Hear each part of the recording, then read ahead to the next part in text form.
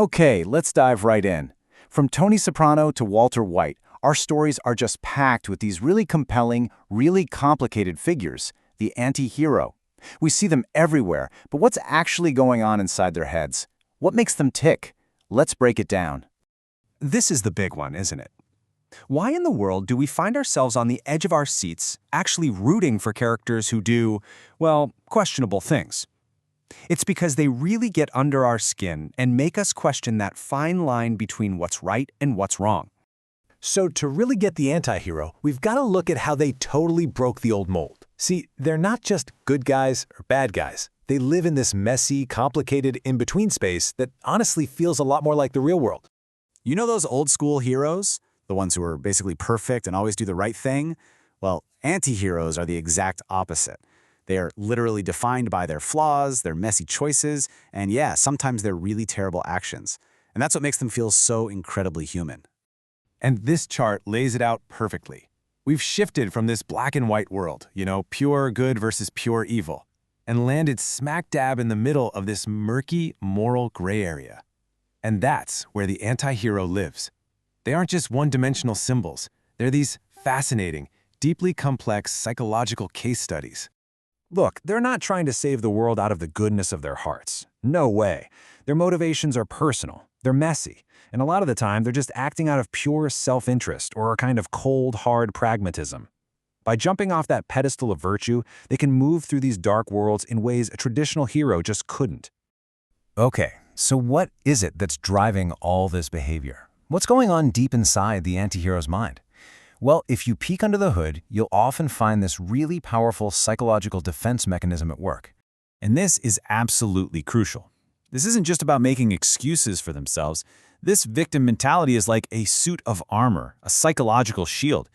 Instead of looking in the mirror and confronting their own failures, the anti-hero points the finger outward, at society, at their family, at their circumstances, anything but themselves. So in a world where they feel like being a traditional hero is just impossible, or maybe where life feels like it has no real meaning, this story they tell themselves, this victim narrative, becomes a way to cope. It's how they self-soothe. It's how they fill that empty nihilistic void and avoid getting crushed by the weight of their own failures. And you can almost see this cycle play out.